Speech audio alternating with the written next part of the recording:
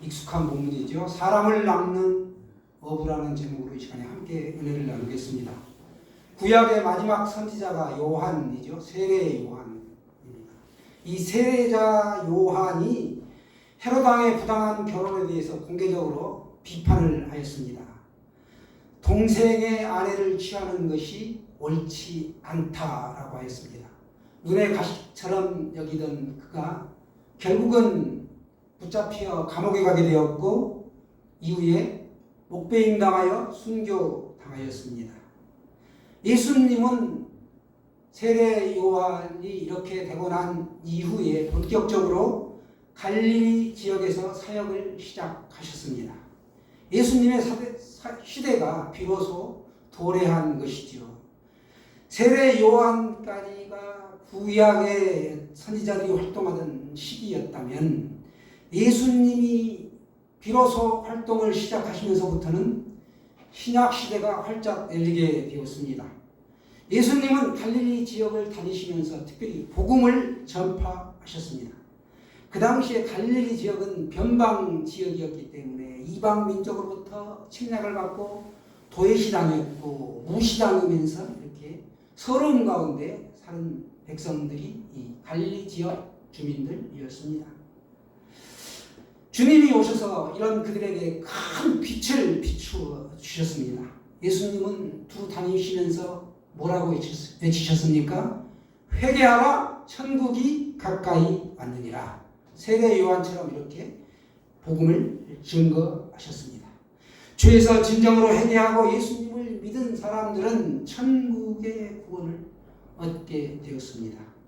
그리고 주님은 이제 구체적으로 다음 사역을 펼쳐나가시는데 제자들을 부르셨습니다. 베드로와 안드레, 요한, 야고보 등을 부르시죠. 이들의 공통점은 한 동네 사람이고 직업이 어부였습니다. 갈릴리 지역에서 이들을 부르시는데 오늘 말씀하십니다. 나를 따라오라, 사람을 낚는 어부가 되게 하리라, 이렇게 말씀하셨습니다. 갈릴리 해변을 다니시면서 전도를 하셨는데 두 형제가 그물을 던지는 모습을 보았습니다. 한 사람은 베드로이고 한 사람은 그의 동생 안드레였습니다. 안드레는 남자답다 이런 뜻이고 베드로는 예수님이 지어주신 이름이죠. 반석. 원래 이름은 시몬이었습니다. 시몬, 듣다라는 뜻입니다. 안드레는 남자답다 그런 뜻이죠. 예수님이 지어주신 이름이 바로 이 베드로입니다. 19절 말씀을 한번 다 같이 보기를 원합니다. 19절 자막으로 보겠습니다. 시작. 말씀하시되 나를 따라오라, 내가 너희를 사람을 낚는 어부가 되게 하리라 하시니. 아멘. 사람을 낚는 어부가 되게 하겠다라고 예수님은 말씀하셨습니다. 그 전에 나를 따라오라 라고 말씀하신 것입니다. 부르심에는 이와 같이 부르심에는 두 가지 콜링이 있습니다. 하나는 구원을 위한 콜링입니다. 내가 너를 지명하여 불렀다. 구원받기 위한 콜링이 첫 번째요. 회개하고 예수님을 믿으면 구원받는 것이죠. 이것이 첫 번째요. 오늘 예수님이 제자들을 부른 것처럼 이렇게 부르심, 제자를 부르심, 제자의 콜링이 두 번째 콜링이 되겠습니다. 베드로와 안드레는 예수님의 12제자 가운데 포함되는 제자들입니다. 그들이 오늘 부르심을 받은 것이죠. 예수님이 그들을 제자로 부르는데 제자하게 되면 온전히 주님을 따르는 사람들을 우리가 제자라고 합니다. 예수님이 먼저 그들을 찾아가서 나를 따라오라 이렇게 불렀습니다.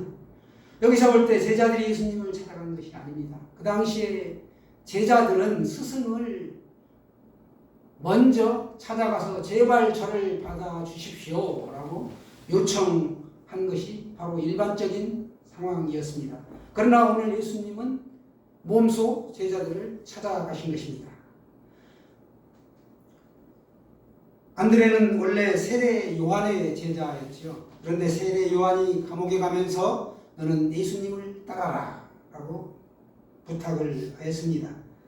그런데 이 안드레가 자신의 형제 베드로를 먼저 예수님께로 인도합니다. 그리고 그들은 주님을 따르기로 결심을 했지만 긴가민가 아직 확신이 서지를 않았죠. 그랬을 때 예수님이 이 두 사람을 다시 부르시는 것입니다. 주님의 제자는 먼저 주님이 부르신다는 것입니다. 목회자로 부름을 받든지 교회 직분자로 부름을 받든지 먼저 예수님이 부르신다라는 것입니다. 물론 구원도 하나님이 택한 백성을 부르십니다. 사역자도 하나님이 부르신다는 사실입니다. 어떤 기관을 통해서 부르실 수도 있고 교회를 통해서, 친구를 통해서, 부모를 통해서 이렇게 부르심을 받을 수 있습니다. 하나님께서는 오늘도 성령으로 우리를 부르시고 계십니다. 그 음성을 듣고 따르시길 바랍니다. 하나님께서 성령으로 저와 여러분을 오늘도 부르고 계신다는 사실입니다. 마태복음 28장 19절 말씀 오늘 우리가 같이 한번 보겠습니다. 28장 19절 시작. 그러므로 너희는 가서 모든 민족을 제자로 삼아 아버지와 아들과 성령의 이름으로 세례를 베풀고 아멘. 먼저 찾아가서 제자를 삼으라. 먼저 찾아가서 그들로 하여금 그리스도인이 되게 믿게 하라 라는 것입니다. 그리고 어떻게 하라? 아버지와 아들과 성령의 이름으로, 성부와 성자와 성령의 삼위일체 하나님의 이름으로 제자를 삼아라. 그리스도인답게 만들어라 라는 것입니다. 예수 믿는 사람을 우리가 그리스도인이다 라고 할 수 있습니다. 그리스도인이 곧 제자인 것입니다. 그러나 오늘날 보시면 모든 믿는 사람이 과연 다 제자가 되어야 하는가 라고 의문을 품는 사람들이 있습니다. 그러나 예수 믿는 사람이라면 마땅히 주님이 우리를 부르셨기 때문에 제자의 삶을 살아야 하는 것입니다. 그러나 교회 안에는 보면 믿음이 연약하여 언제나 젖먹이 신앙에 머물러 있는 사람들이 있죠. 우리가 그들을 세워야 할 줄로 믿습니다. 하나님의 이름으로, 삼위일체 하나님의 이름으로 세례를 베풀라라는 것입니다. 오늘 삼위일체의 주간인데 성부, 성자, 성령을 분명하게 이렇게 마태복음에서도 말씀하고 있습니다. 믿게 하여 그리스도인이 되게 하라. 이 말씀을 따르는 것이죠. 20절에 계속해서 보시면 가르쳐 지키게 하라라고 말씀하고 있습니다. 그리스도인답게 살라는 것이고 말씀을 지키라라는 것이 바로 지상명령입니다. 오늘 본문에서 예수님은 제자들을 부르시고 말씀하시기를 사람을 낚는 어부가 되게 하리라 라고 하셨습니다. 원래 이 베드로와 안드레는 그물로 물고기를 잡는 어부들이었습니다. 그저 먹고 사는 생계를 유지하는 그런 정도의 어부가 아니라 큰 배와 일꾼들을 거느리는 부유한 어부였습니다. 그들은 물고기를 어떻게 잡는지를 누구보다도 잘 알고 있었습니다. 깊은 데로 가서 그물을 내리면 많은 물고기가 잡히고 그물을 내리기 전에 그들은 떡밥을 던지고 물고기가 모이게 하고 그리고 그물을 던져서 물고기들을 잡아 올렸습니다. 그런데 그들이 예수님의 부름을 받고 제자가 된 후에는 사람을 낚는 어부가 되었습니다. 이후에 그들은 어떻게 하면 사람을 낚아서 훈련시켜 주님의 제자로 만드는지를 잘 알게 되었습니다. 어부의 삶은 살아있는 물고기를 잡지만 그 물고기는 이내 죽는다는 것이고, 사람들을 낚는 어부의 삶은 영원히 죽어있는 사람을 다시 살려내는 사명이 되겠습니다. 오늘날 저와 여러분은 예수님의 제자로 부름을 받았습니다. 우리는 주님을 따르는 제자입니다. 주님이 바로 우리의 스승님이시죠. 우리는 주님이 시키는 일을 해야 합니다. 그리고 주님이 우리에게 당부하신 사람들을 낚아서 인도하여 주님의 제자로 삼는 일을 마땅히 해야 합니다. 아멘이지요? 그 일에 집중해야 합니다. 그것이 우리가 해야 할 일입니다. 세상의 직업과 사업은 이 사람 낚는 어부 다음의 삶이라는 것입니다. 우리가 어떤 제자가 되어야 할까요? 바로 헌신된 제자가 되어야 합니다. 예수님이 베드로와 안드레를 부르니 그들이 그물을 버려두고 즉시 따랐습니다. 20절 말씀을 보시면 그들이 곧 그물을 버려두고 예수를 따르니라. 아멘. 그물은 그들에게 있어서 생계 수단입니다. 중요한 사업의 수단이죠. 그들이 직업이 어부였기 때문에 어부가 그물을 버린다. 더 이상 어부의 삶을 살지 않겠다라는 것이죠. 농부가 농기구와 밭을 버린다라면 농부의 길을 포기하는 것입니다. 예수님의 제자들은 이렇게 자기의 생업을 포기하고 주님을 따랐습니다. 제자, 어렵게 생각할 것이 아니라 그리스도인이라는 것입니다. 꼭 목회자나 선교사가 되는 사람만 그 직업을 버리고 희생하고 주님을 따르는 것이 아닙니다. 삶의 현장에서 얼마든지 우리가 주님을 따를 수 있습니다. 그 직업과 사업을 유지하면서 우리가 주님을 더 사랑하는 마음이 있어야 한다는 것입니다. 누구든지 직장에서 사업하면서 성실하게 일하고 정직하게 하면서도 선교를 위한 도구로 쓰임받을 수 있습니다. 교회를 위하여 헌신할 수 있습니다.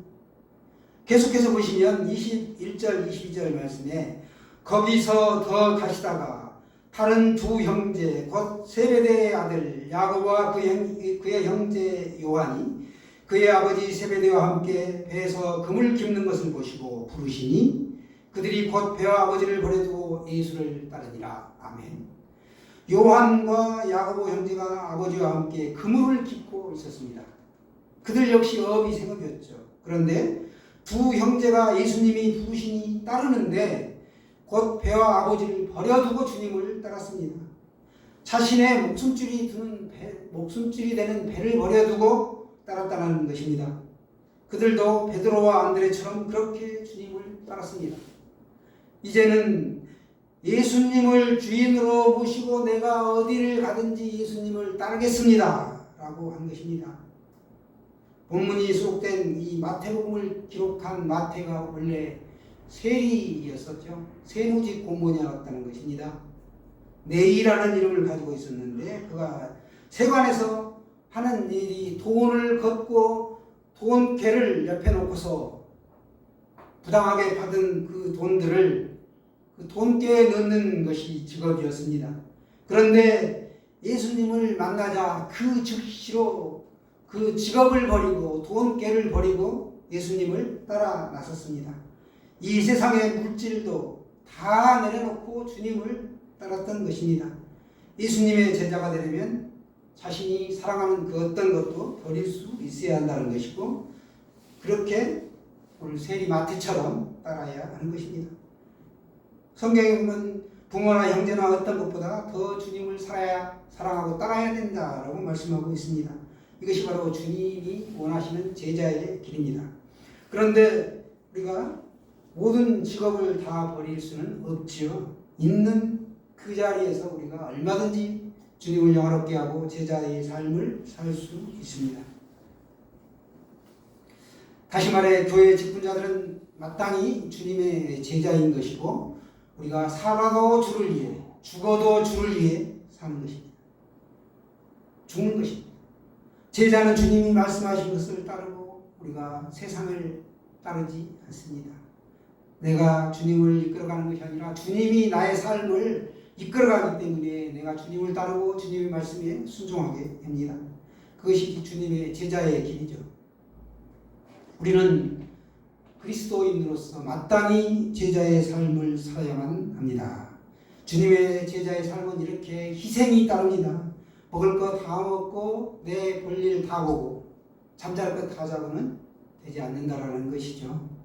무엇보다 중요한 것은 내 삶이 그리스도 중심의 삶인가, 내 삶에 그리스도가 주인이 되어 안에 계시는가입니다.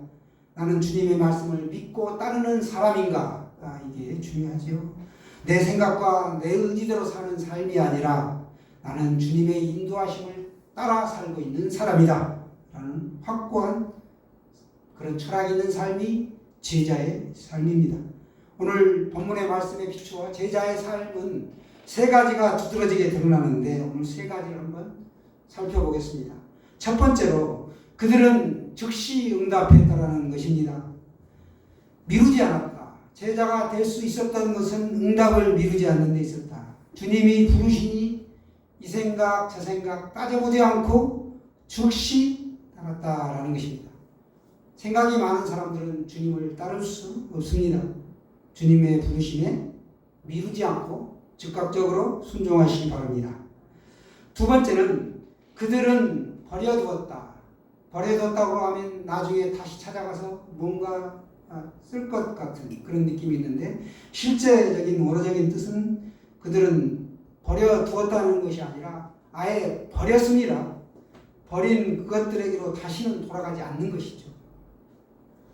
반드시 버려야 할 것이 있고 절대로 떠나야 할 삶이 있는데, 오늘 베드로와 안드레는 그물을 버렸고 그들은 예수님을 따랐습니다. 또 야고보와 요한은 배와 그물을 버려두고 아버지마저 버리고 예수님을 따랐습니다. 배와 그물은 버릴 수 있다고 쳐도 어떻게 아버지를 버릴 수 있다는 말씀입니까? 가슴 아픈 말이지만 때로는 주님을 위해, 사명을 위해 부모를 멀리할 수 있어야 한다. 심지어 처자식과 형제도 부모를 예수님보다 더 가까이 하면 안 된다라는 것이죠. 예수님 1번지의 삶을 살라는 것입니다. 그래서 예수님은 말씀합니다. 아버지나 어머니를 나보다 더 사랑하는 자는 내게 합당하지 아니하고 아들이나 딸을 나보다 더 사랑하는 자도 내게 합당하지 아니하다. 이와 같이 말씀하셨습니다. 버릴까 말까를 놓고 갈등하고 이걸 어떻게 버린다는 말이야 라고 되뇌이며 고민하는 동안 주님은 벌써 나에게서 저만치 멀어지게 될 것입니다. 버리는 것이 얻는 것이고 내려놓는 것이 지키는 것입니다. 셋째로 그들은 예수님을 따라갔습니다. 예수님이 앞서가고 그들은 뒤따라가는 모습이죠. 그들이 있었다는 것을 느끼게 해줍니다. 예수님이 가는 곳에 그들이 가고 예수님이 있는 곳에는 반드시 그들이 있었습니다. 그들은 고기를 잡기 위해 그물을 깃거나 그물을 던지던 중에 예수님을 만났습니다. 우리가 예수님을 만나는 일은 일상의 삶 속에서 이루어집니다. 베드로와 안드레, 또 세베대의 아들 야고보와 그의 형제 요한도 어부의 삶에서 찾아오신 예수님을 만나게 되었습니다. 이들에게 주님이 하신 말씀은 나를 따라오라, 내가 너희를 사람을 낚는 어부가 되게 하겠다 라고 말씀하셨습니다. 나를 따라오라는 콜링입니다. 사람을 낚는 어부가 되게 하겠다. 그들에게 사명을 주신 것이죠. 미션입니다. 미션. 부르심에 콜링이 있고 사명에 대한 미션이 있습니다. 우리에게는 이와 같은 두 가지 부르심이 있습니다. 나를 구원해 주셨고 제자의 삶으로 나를 초청하신 것입니다. 내가 거기에 순종만 하면 되는 것이죠. 주님이 찾아오셔서 우리를 부르셨다는 것, 이것은 나에게 사명이 반드시 있다라는 것을 자각하셔야 합니다. 우리에게 주시는 최고의 사명은 사람을 낚는 어부라는 것입니다. 전도입니다. 주님이 찾아오신 것은 우리에게 있어서 인생의 전환점이 되는 것입니다. 모든 가치의 기준이 사람의 생명을 살리고 영혼을 살리는 데 내가 쓰임받는 것이고 그 도구가 되는 것입니다. 사람을 낚는 어부는 인내심이 필요합니다. 우리가 주변 아는 사람들에게 복음을 전도해 보세요. 괜히 내가 그 사람과의 관계에서 껄끄러워지고 내가 화가 나고 그렇습니다. 사람 낚는 어부, 전도 한 번으로 열매가 곧 맺히는 것이 아닙니다. 인내하고 꾸준히 전도하고 끈기 있게 찾아가서 만나고 전도함으로 마침내 열매를 맺게 되는 것입니다. 인내심을 갖고 내가 사람 낚는 어부로 전도자로 쓰임받게 되는 것입니다.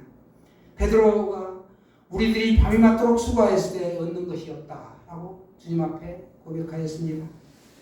밤새 허탕만 쳤다라는 것입니다. 물고기 잡는 전문가가 한 마리도 잡지 못하고 그와 같이 밤을 새우며 그물을 던졌는데도 결과가 없었다. 주님은 그러나 그 성실함을 보시고 그 수고를 보시고 깊은 데로 가서 그물을 내려 고기를 잡으라 라고 말씀하셨습니다. 말씀에 순종하여 그물이 찢어질 정도의 만산의 기쁨을 얻을 수가 있었습니다.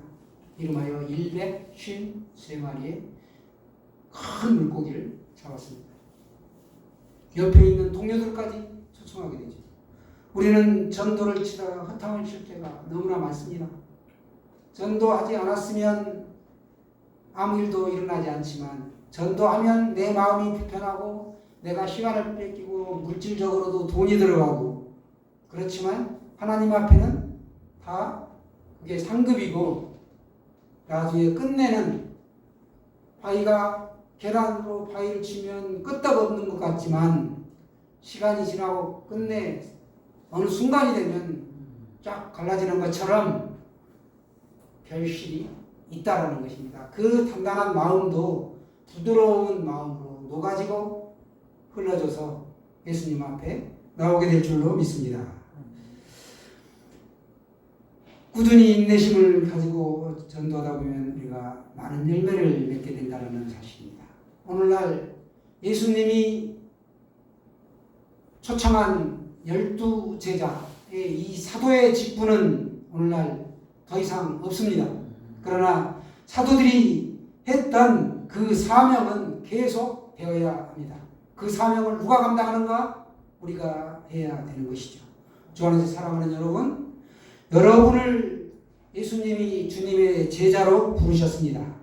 사람 낚는 업으로 우리에게 사명을 주셨습니다. 우리가 세상에 나가 사람 낚는 업으로 또 다른 제자를 삼는 일에 쓰임받는 복된 인생, 귀한 인생 되시기를 축원합니다. 아멘.